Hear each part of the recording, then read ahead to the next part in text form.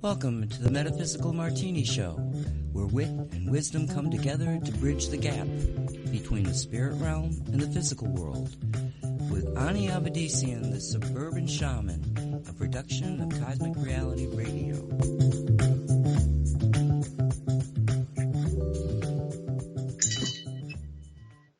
And you're alive. Hello everyone, I'm Ani Avedissian. Welcome to Metaphysical Martini. 3 parts spirit, 1 part rational mind, add 2 drops of optimism, give it all a good heart shake and pour. Dress it with the olives of grace and empathy, sit back, sip slowly, and contemplate the wonder of cosmic creation. Who doesn't love a lovely big metaphysical martini? A hearty hello to everyone out there. Hello, hello, hello. Welcome to 2020, OMG. Thank you for joining me on another round of Cosmic Cocktails on this week's Metaphysical Martini Show. The show that tries to sort out what's true, what's woo, and what gets flushed down the loo in today's poorly educated yet highly opinionated little world.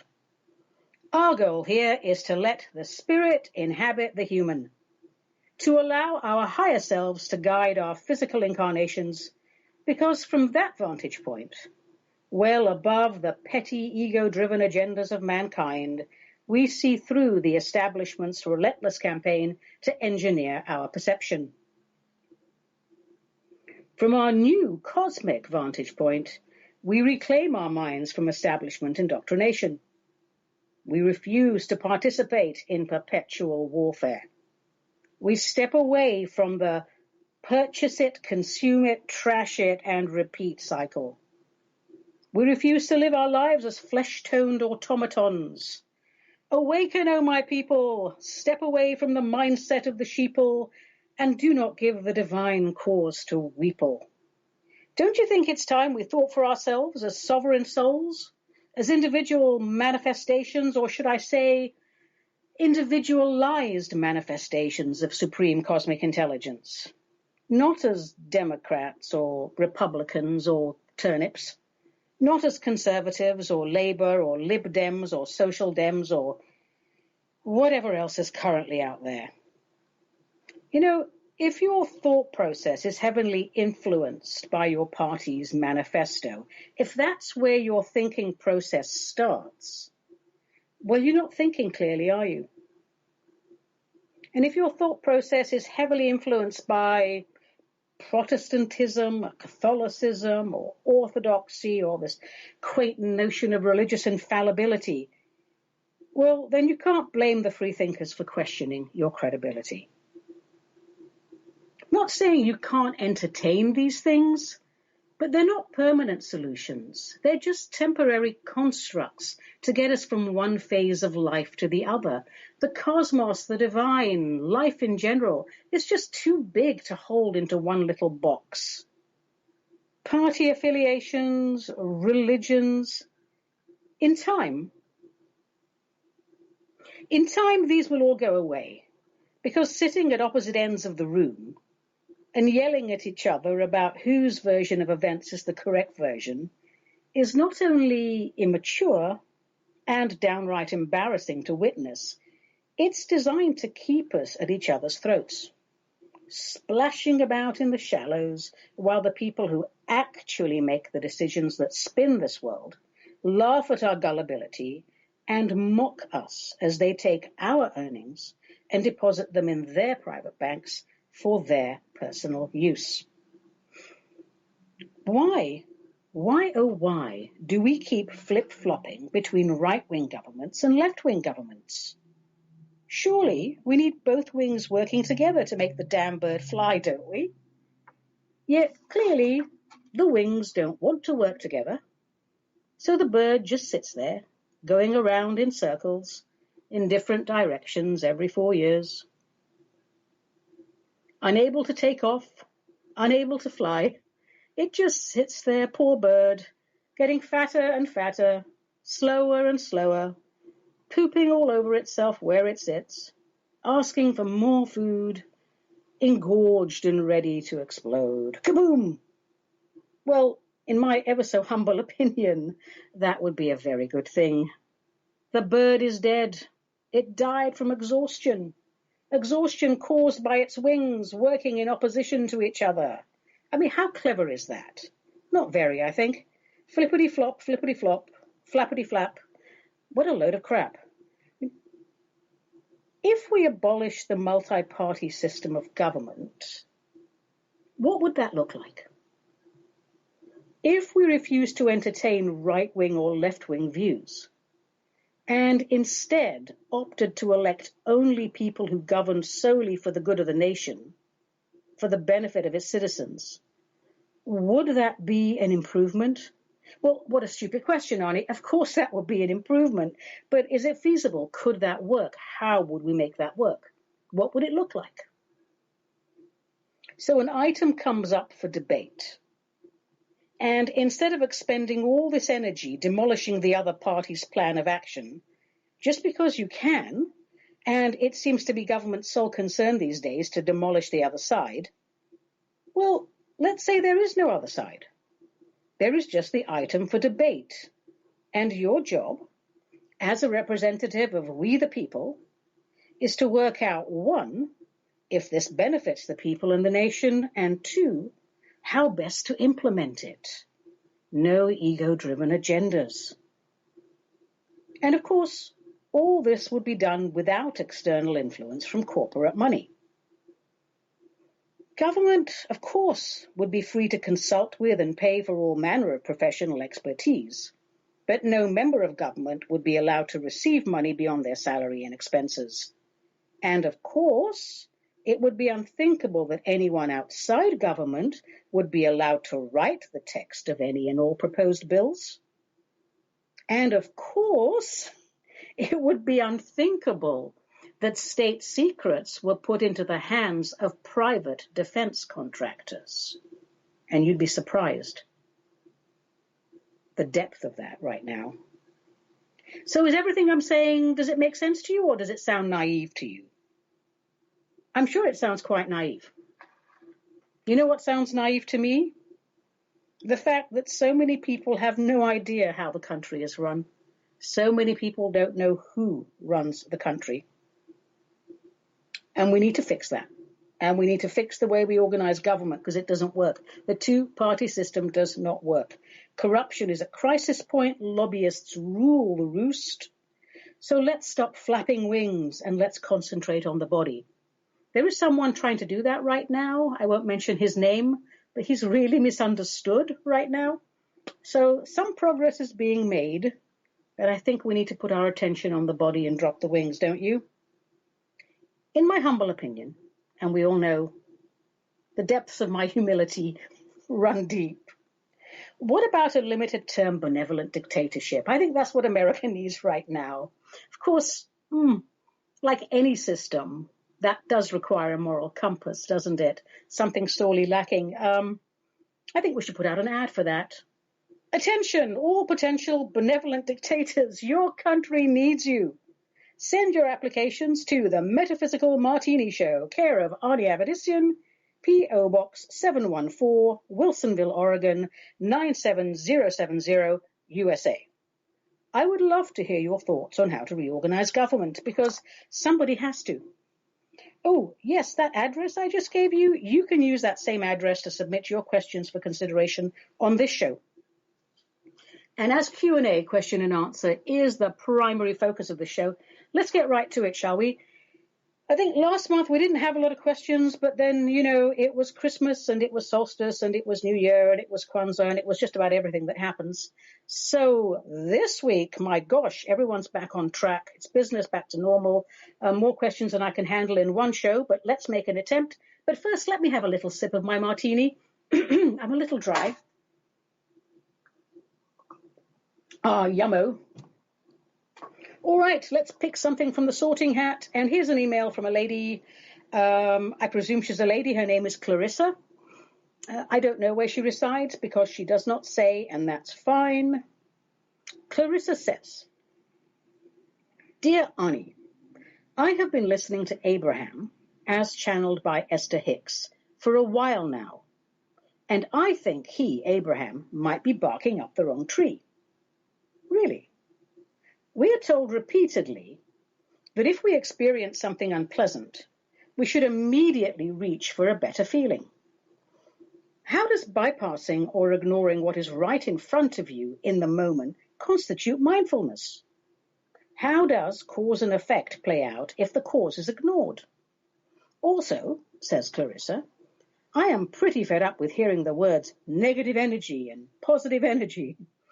I'm beginning to think the whole New Age mindset is a charade, and we should all get back to sorting out our problems the old-fashioned way. What are your thoughts on this? Well, Clarissa, I'm happy to address the question. It's a good one, and I think quite timely. I am familiar with Abraham. I've read the books. I've seen the videos. I even attended a live channeling, and that was fun. Abraham is not a person. As I understand it, Abraham is a collective of upper causal beings who do not incarnate. So it doesn't surprise me that they sound a tad out of touch with the daily rigors of physical human life as we know it here on Earth. Yes, I think he does sound a little Pollyanna from time to time. Now, the big picture is, of course, to always reach for a better feeling vibration, but that doesn't mean skipping the process and the resolution. And I have to agree with you, he doesn't always make this clear. So, feelings, nothing more than feelings. Emotions, they're intelligence, aren't they? We talk about this a lot. We'll talk about it again now. Emotions are intelligence. How we react to a situation, for example, how easily we are triggered, which is the usual human response, that lets us know how we currently feel about that situation and how well equipped we are or not to deal with it. So bypassing the emotion is not a good idea, is it? The majority of our problems would be eliminated if we spent time each day dissolving these emotional triggers that orbit our auras like so many satellites of woe, outposts of outrage, if you will. The intelligence comes in, right? Something happens. We react. An emotion is generated. And the reaction either enhances our electrical field or short-circuits it. So now we know what makes us happy and what does not. If we've been enhanced, we get a vibrational boost and we get to bask in a goodly and godly glow. If we've been traumatized, the electrical body has been disrupted.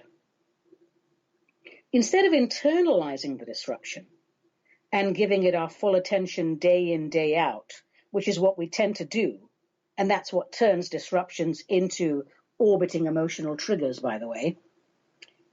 Instead of internalizing, what we should be saying to ourselves is, hello, where did that come from?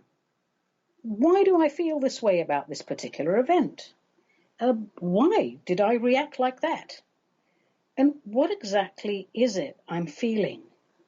Because in my experience, it's not always what we think it is. Here's an example. We may react angrily and appear outraged, but deep down, perhaps what we really feel is shamed and humiliated. You know, with spiritual development, a little introspection, it goes a very long way. So once we've uncovered what we feel, and we figure out why, and we take a few moments to literally breathe out the emotional triggers. Yes, folks, she's talking about breathing meditation again. Once we do that, then it's much easier to reach for a better feeling vibration.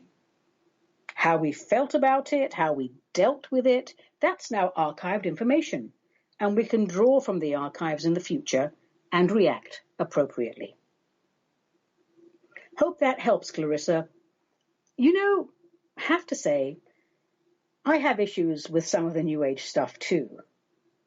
When you take ancient knowledge, the teachings, the protocols, the things that have been handed down orally from generation to generation, perhaps for thousands of years, teachings that require a mindset of persistence, of diligence and focus. And then you cherry-pick the parts you think are palatable to modern Western culture. Well, what you have there is something resembling instant guru in a box. Just add water. It's a poor substitute for the real thing, isn't it? Sometimes I think perhaps Abraham gives us too much credit. Perhaps he thinks we understand more than we actually do. Or perhaps it's the opposite. Perhaps he thinks we're too distracted to focus on the big picture and just, sends out the message hoping for the best. I don't know.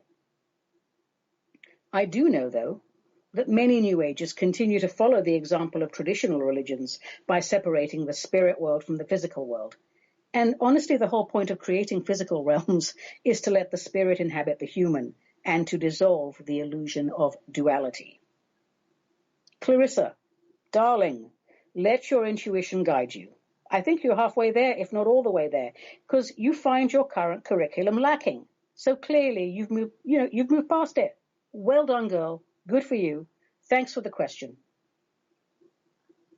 All right, here's another one. And I don't know who this is from, but it's somebody in Medford. And it feels like it's a man. It feels like a man.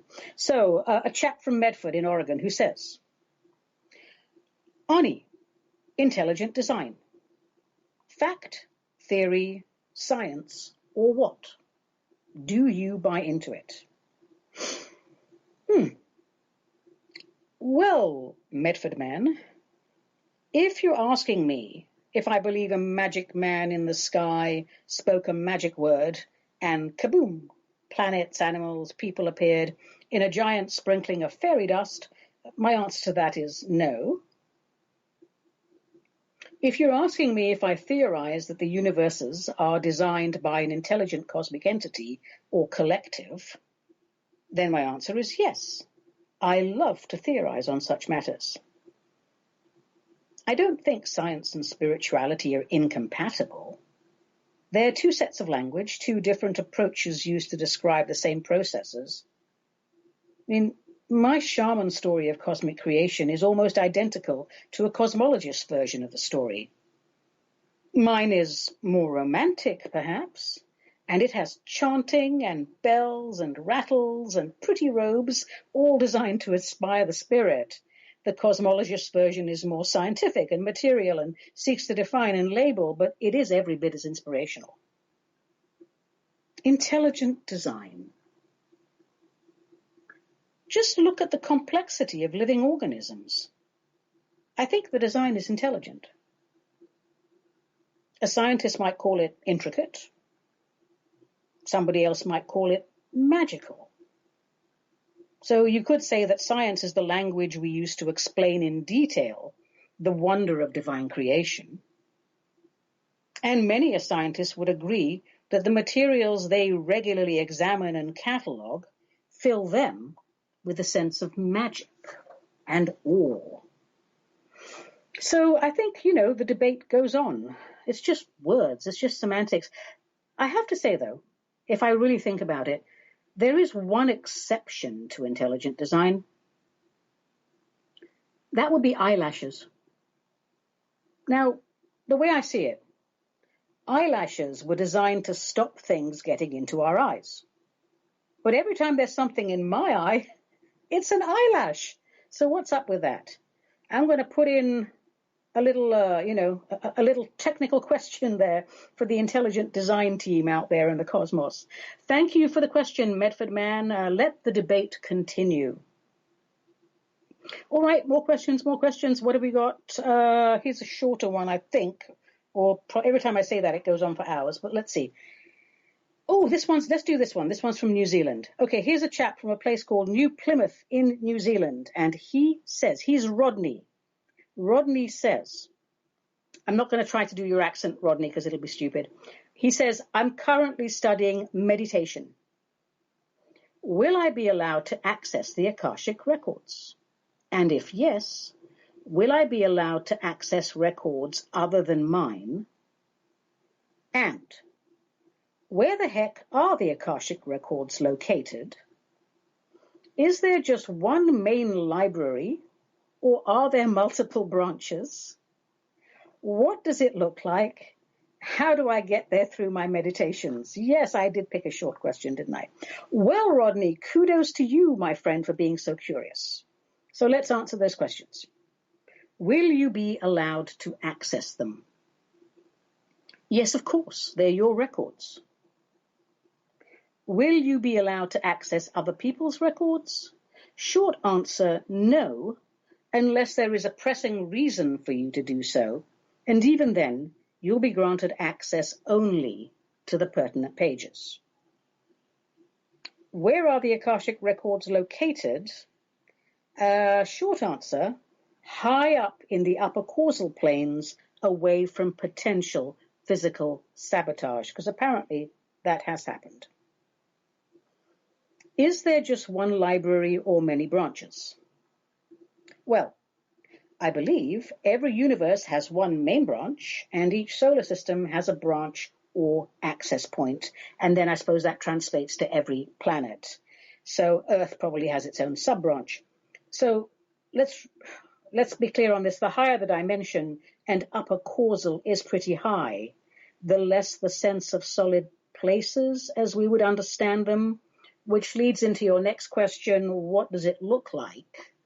Well, it looks like whatever you want it to look like, Rodney, because it's not a solid structure. It's a vast data bank, so you get to build your own library.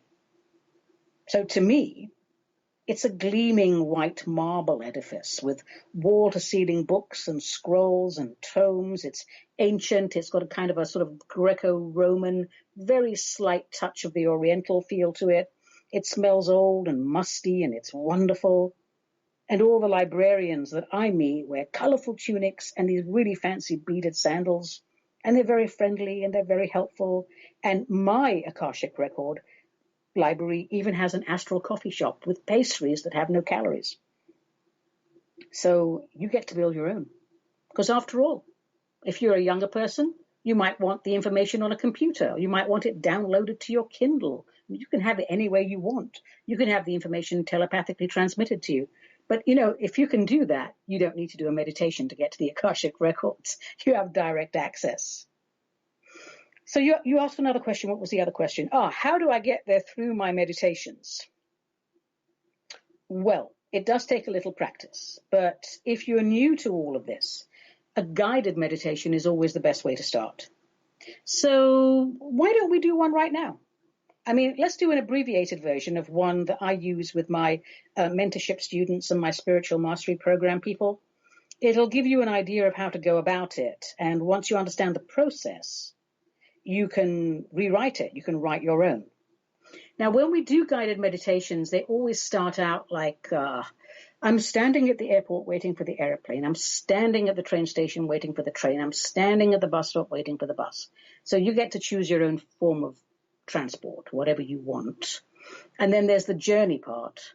And then the guided meditation, drops you off at the demarcation point there, and you get out of your transportation and you get to explore wherever it is you're going, in this case, the Hall of Records of the Akashic Records.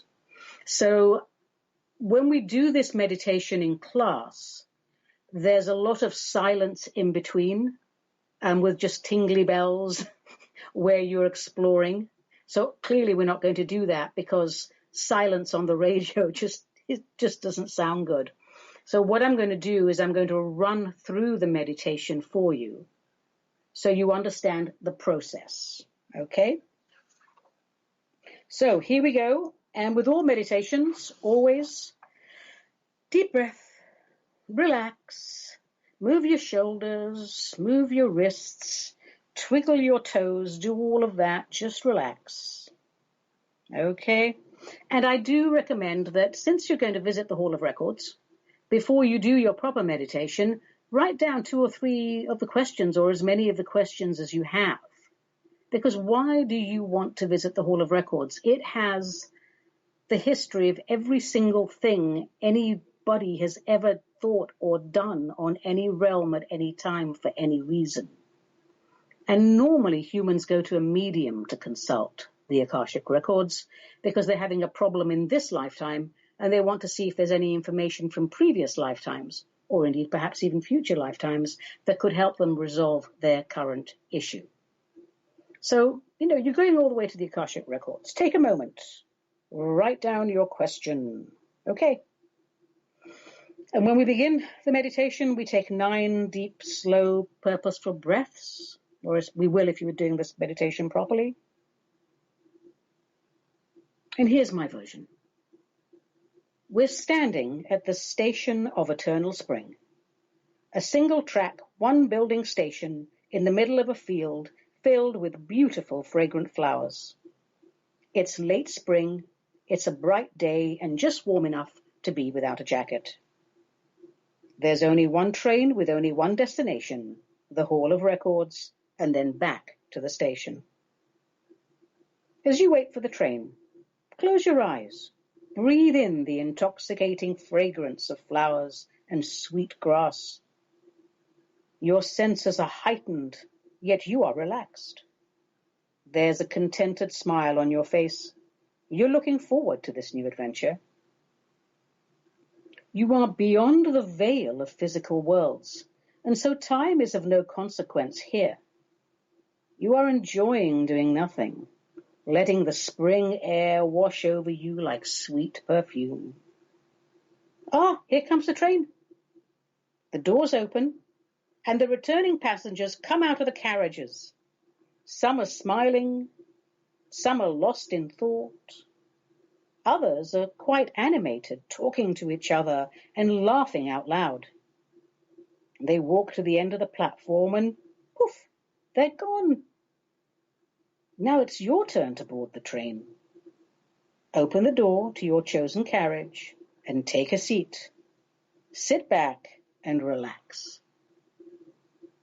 There's plenty of legroom, and you don't have any baggage to worry about, because there is no baggage in the land of the Eternal Spring. Toot toot, we're off.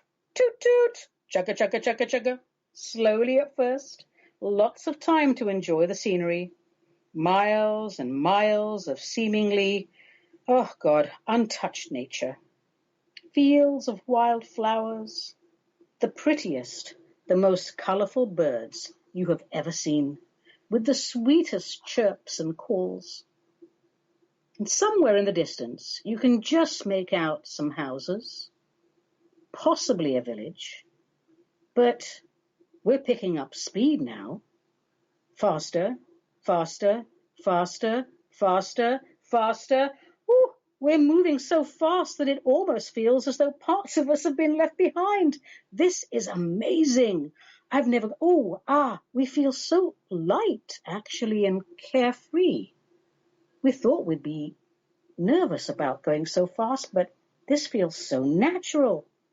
Faster and faster we go until we're moving so fast, it almost feels as though we're not moving at all. Wow! Is this how it feels when time stands still? I'm going to have to close my eyes. This is marvelous. Toot toot! Attention, all souls. We have arrived at the Hall of Records. Kindly disembark and make your way to the main entrance. You're standing about 400 feet from the main entrance. Can you describe what you see? Take a moment and look around.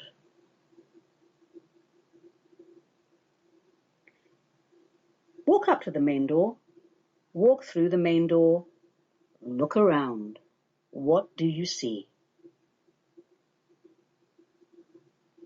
Have you located the information desk? Can you describe the people behind the desk?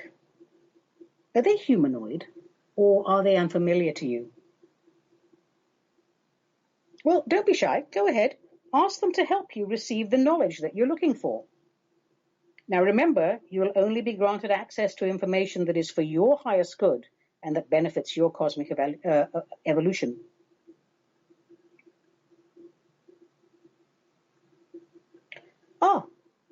So they've given you, what have they given you? A slip of paper with some writing on it? Okay. Well, now you know where to go. Go ahead, find that shelf or find that particular computer and access the information. Now, the records are written in the language of light, but you'll be able to read them in your preferred earth language. Do you understand the data? Do you understand what you're looking for? Now, if for any reason you don't understand it, don't worry. There are librarians in every room, and they're going to help you. I mean, it's your first time. In fact, if you look around, you might even find one of your spirit guides peeking at you, willing to help you out. And even if you don't need their help, you know what I found? The Library Cafe is an excellent place to meet and chat with your guides. So there's no hurry. You're allowed to spend as much time as you need here. Time has no sway over this realm. And once you've accessed and understood the information, well, it's woven into your light body and your brain has access to it. And when your business is concluded, leave the library, go back to the station platform. The train will be along in no time at all. Toot toot, all aboard. Next stop is the station of Eternal Spring. Enjoy the ride back, and when the train pulls in, disembark, walk to the end of the platform, and you will be back on Earth in the exact same spot. Take some breaths. Welcome home. So, Rodney, my darling, that gives you a little idea of the type of meditation that could help you. If you have trouble finding those, drop me a line and I'll send you some links. Thanks for the question. Okay, let's do a gong. And now it's time for a little pat of poetry. Yes, folks, after a hard day's shamaning, I like nothing better than coming home to a nice cup of tea or a small drinky poo, putting my feet up and writing really bad, non-peer-reviewed poetry. Why have Emily Dickinson and literary prowess when you can have Cosmic Ani and a whole lot less? Today's offering is titled Wishlist 2020. Thank you very much. Whatever we wish for in 2020 may be granted with love and with plenty. For good deeds performed in this coming year, may we be rewarded with kindness and beer. I pray we awaken and share common vision and stop playing games with nuclear fission. I suggest we speak less, think more, and learn focus to distinguish between true events and the hoaxes. And finally, for surely this cannot be disputed, let's see the suits exposed, arrested, and prosecuted. That was it, my little opening poem for 2020. I do believe on the next show we're going to have more E.T. poetry. Hey, yippee! And now for some audacious announcements.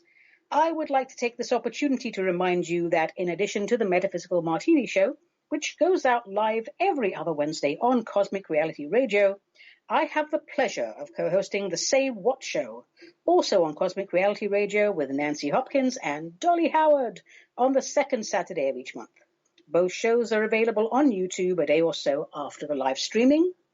But wait, there's more. I have approximately 100 videos of my own on my own YouTube channel. Just go to YouTube, pop my name, Ani Avedissian, in the YouTube search bar and click on your preferred playlist. All subjects discussed are in the realms of spirituality, metaphysics, and public awareness, and designed to help we the people find clarity in today's misinformed and mismanaged world. And while you're at it, why not visit my website, aniavedissian.com, and sign up for my monthly newsletter, Monday Messages. It's short, it's sweet, it's full of buttery goodness. And it also gives you a heads up on upcoming classes, events, and specials, which are not always posted on the website. Well, the specials aren't always posted. Everything else is. And now a word from our sponsors. Oh, wait, we don't have any sponsors. Well, that could change. If you'd like to sponsor me, give me a call, because this show exists because of the benevolence of Nancy Hopkins and Cosmic Reality Radio. And now, my darlings, it's time for Tarot a Go-Go, Tarot a Go-Go. Yay! A little shenanigana with the major arcana. And this week's card is number 10, the Wheel of Fortune. And every time I see this card, I start singing that rock classic by Blood, Sweat and Tears. Do you know the one, Spinning Wheel? You know, how's it? What goes up must come down. Spinning wheel, got to go round. Talking about your troubles, it's a crying sin. Ride a painted pony, let the spinning wheel spin. Woohoo! Yes, I've had a lot of martini. I love that song. Okay, where was I? Ah, yes, Tarot a Go-Go. Using the Rider-Waite deck, this week's card is the Wheel of Fortune. Do you think it's an adaptation of Ezekiel's wheel? I'm pretty sure it was. Pretty sure it is. Hands up who thinks Ezekiel's wheel was a spaceship. Yep, look at all those hands. So let's look at this card. The wheel, of course, is the dominant focus of this card, but let's look at the four corners. So we see four mythical creatures, and these creatures, I believe, are mentioned in the book of Ezekiel and in Revelations. I think Ezekiel 1:10 and Revelations 4:7. Bull. The bull is one of them, Taurus, representing earth. The lion, Leo, representing fire. The eagle, representing Scorpio and water. Sometimes it's the phoenix, but this looks like an eagle. And the human, there is a human there, and that's Aquarius, and that actually is representing air. So on the rim of this wheel, there's the letters ROTA, and interspersed with the letters JHVH, which we are told make up the sacred name of God Yahweh. I have my own views on that, but we can go into that another time. So what else do we see on this card? We see alchemical symbols. There's salt, there's mercury, there's sulfur, and on top of the wheel is the Sphinx. And apparently this represents the inner self, the true spiritual self, the authentic spiritual self. And on the lower right-hand side, we see Hermes Anubis, and that's a Greco-Roman deity representing the evolution of human consciousness. And the poor chap doesn't look very happy, does he, holding up the wheel? He has this sort of, oh my God, here we go again. What are the humans up to? Look on his face. And what else do we see on this card? There's a serpent in there. Now, to me, serpents represent the opposing forces of good and evil. I think Waite, as in Rider-Waite, person who did this card thing, he said the serpent represented Typhon. And for those of you who enjoy a bit of Greek mythology, you will know that Typhon was a monstrous, deadly, icky creature. And he was the offspring of Kronos, the Titan. And he and his mate, the very lovely Echidna, gave birth to many dreadful creatures. Ugh.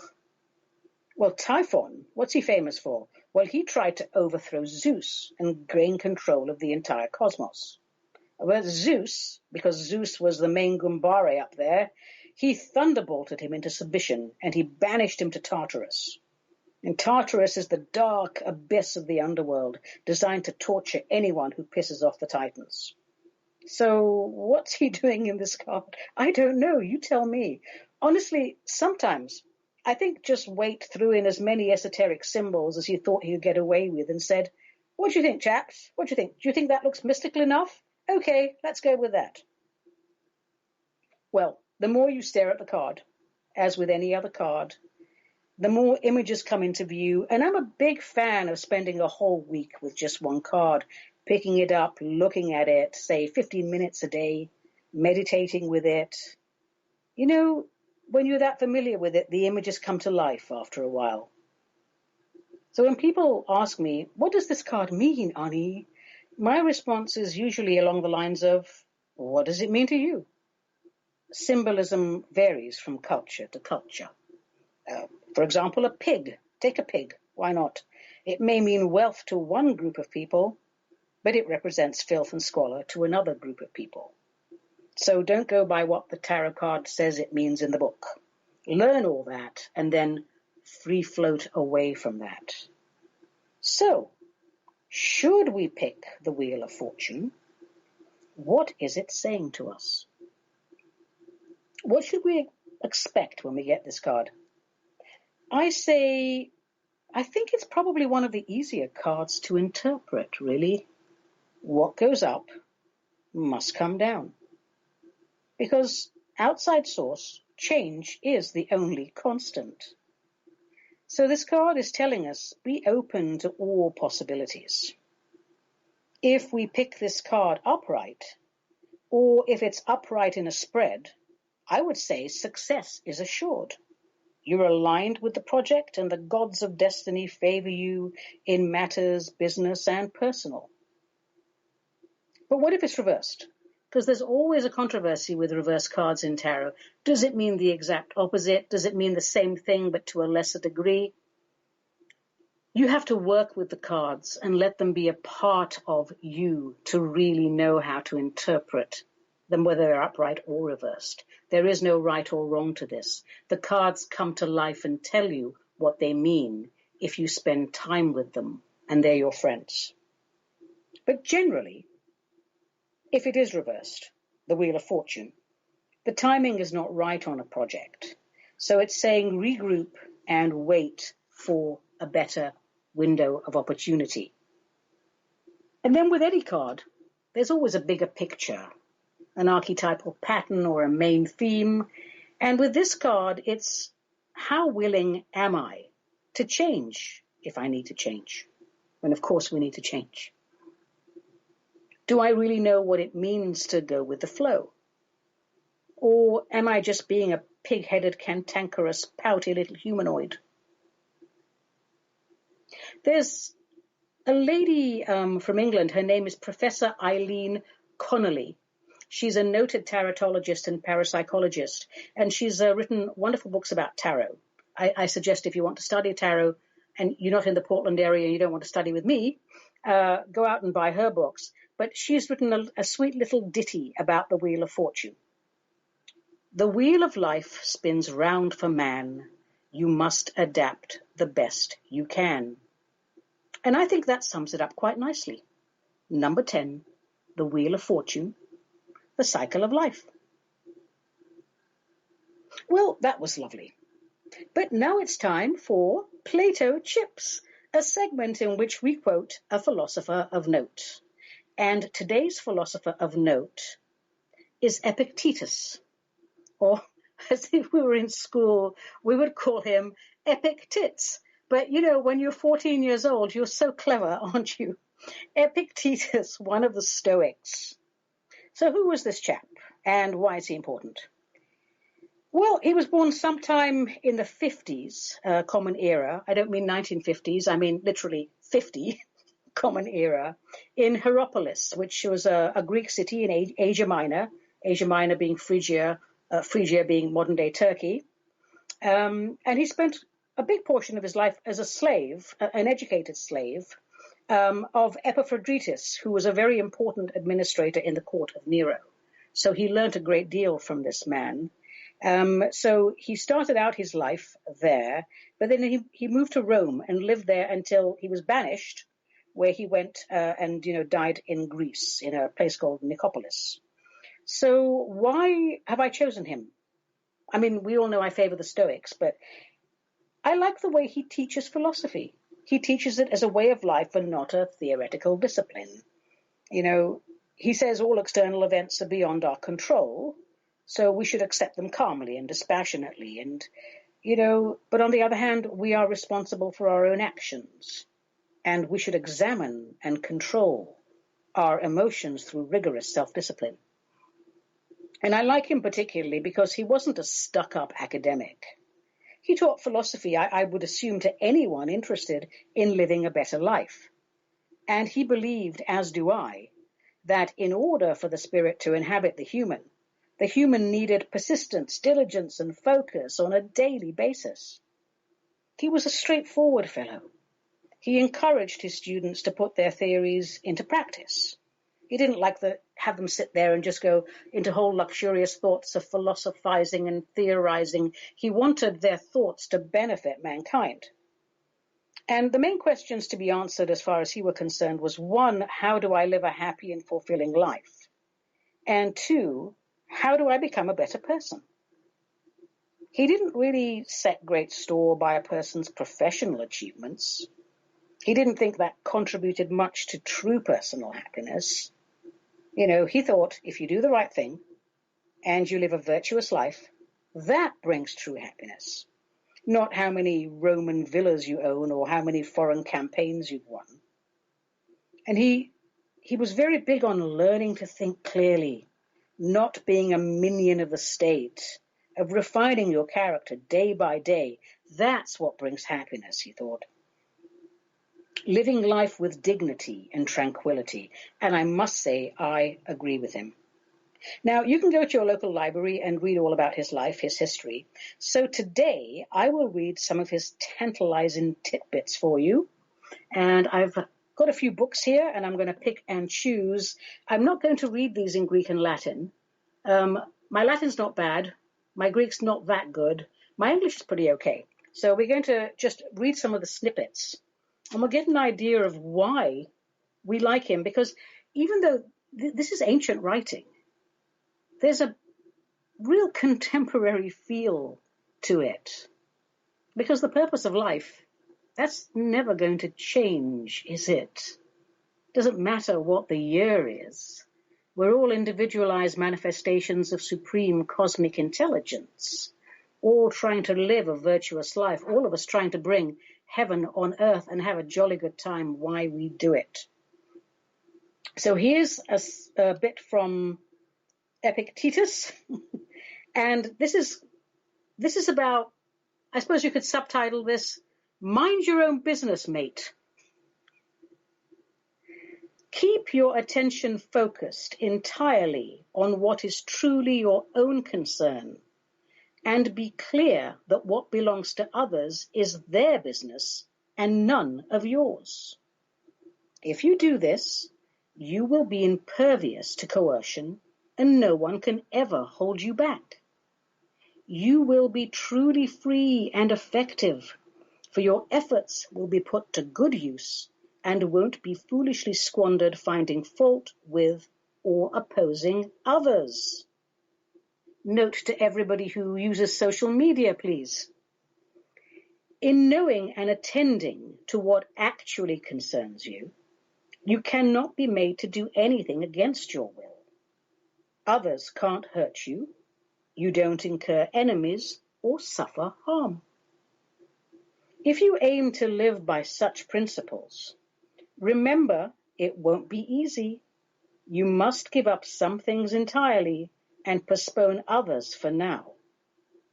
You may well have to forego wealth and power if you want to assure the attainment of happiness and freedom. So there's a note from Epictetus. Mind your own business, people. Do what's important and shut up. So here's a few other little tidbits that I really enjoy. And this one is subtitled, Those Who Seek a Life of Wisdom Will Be Ridiculed. Oh, does that sound familiar? Those who pursue the higher life of wisdom, who seek to live by spiritual principles, must be prepared to be laughed at and condemned. Many people who have progressively lowered their personal standards in an attempt to win social acceptance and life's comforts bitterly resent those of philosophical bent who refuse to compromise their spiritual ideals and who seek to better themselves. Never live your life in reaction to these poor souls. Be compassionate toward them, and at the same time hold to what you know is good. When you begin your program of spiritual progress, chances are the people close to you will deride you and accuse you of arrogance. It is your job to comport yourself humbly and to consistently hew to your moral ideals. Cling to what you know in your heart is best. Then, if you are steadfast, the very people who ridiculed you will come to admire you. But if you allow the mean-spirited opinions of others to make you waver in your purpose, you incur a double shame. just as useful today as it was thousands of years ago. And here's another one that I enjoy. Don't please others. Don't fall into the trap of pleasing others. In trying to please other people, we find ourselves misdirected towards what lies outside our sphere of influence. In doing so, we lose our hold on our life's purpose. Content yourself with being a lover of wisdom, a seeker of truth. Return and return again to what is essential and worthy. Do not try to seem wise to others. If you want to live a wise life, live it on your own terms and in your own eyes. Because character matters more than reputation. Well, I want to thank Epictetus, for making an appearance on our show today. Go out and read all about him. He is wonderful. Going to do a little time check, and I think we're getting close to the hour. So, oh my gosh, what shall we say? What shall we say? I think I'll say, my darlings, I think that's it for today. I finished my martini. Well, almost. Hang on. Okay. Now I finished my martini, and that means the show is over. I hope you enjoyed listening to it as much as I enjoyed recording it, because I had a blast. Today's real-life martini, which was gorgeous, was carefully crafted by yours truly using Kettle One Mature Geneva, also known as Dutch gin. But it's not actually gin. It's a different type of malted grain-based spirit, which is drunk straight and chased down with a cool beer, in this case, Heineken. So not a traditional martini, but heck, it's awesome. And 2 ingredients constitute a cocktail, so who cares? Now, friends, cocktails are lovely, and best when they are an occasional treat. If you use high-quality ingredients and take the art of mixology seriously, 1 drink is all you need. I'm Ani Avedissian. This was Metaphysical Martini, a production of Cosmic Reality Radio, to whom we are most grateful. Until we meet again, let the spirit inhabit the human.